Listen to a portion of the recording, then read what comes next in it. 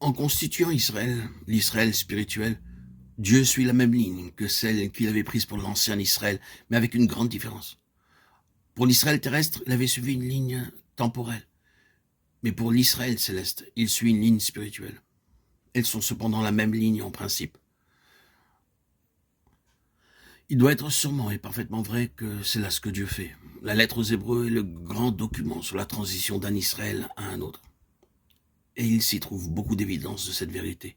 Si quelqu'un avait un doute à cet égard, il s'y trouve un fragment qui devrait mettre fin à toutes ces questions.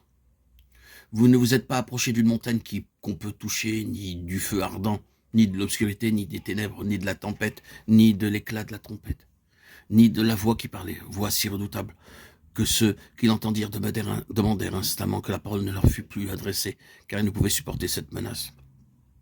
Même l'animal qui aura touché cette montagne sera lapidé. Et le spectacle était si terrible que Moïse dit « Je suis épouvanté et tout tremblant ». Hébreux 12, 18, 21. C'était l'ancien Israël qui avait été constitué au pied de la montagne. Cependant, la parole nous dit « Ce n'est pas à cela que vous êtes venus ». Ce n'est pas de cette manière que Dieu constitue le nouvel Israël.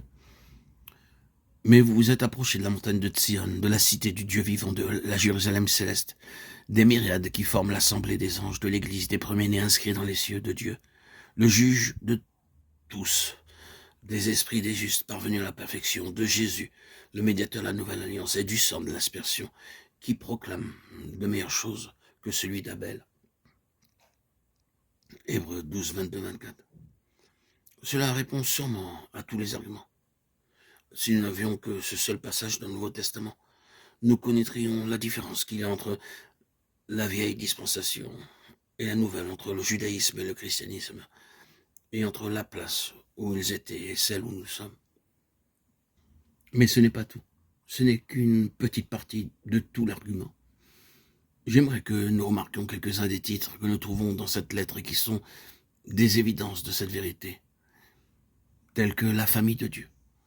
Nous savons tous que Dieu considère Israël comme sa famille. Il a dit à Pharaon, laisse partir mon fils, Exode 4, 22. L'évidence est trop claire pour que nous poursuivions jusqu'au bout. Mais il est très net que l'ancien Israël était en un certain sens considéré par Dieu comme sa famille. Les Israélites étaient ses enfants. En ce sens, il parlait de lui-même comme de leur père.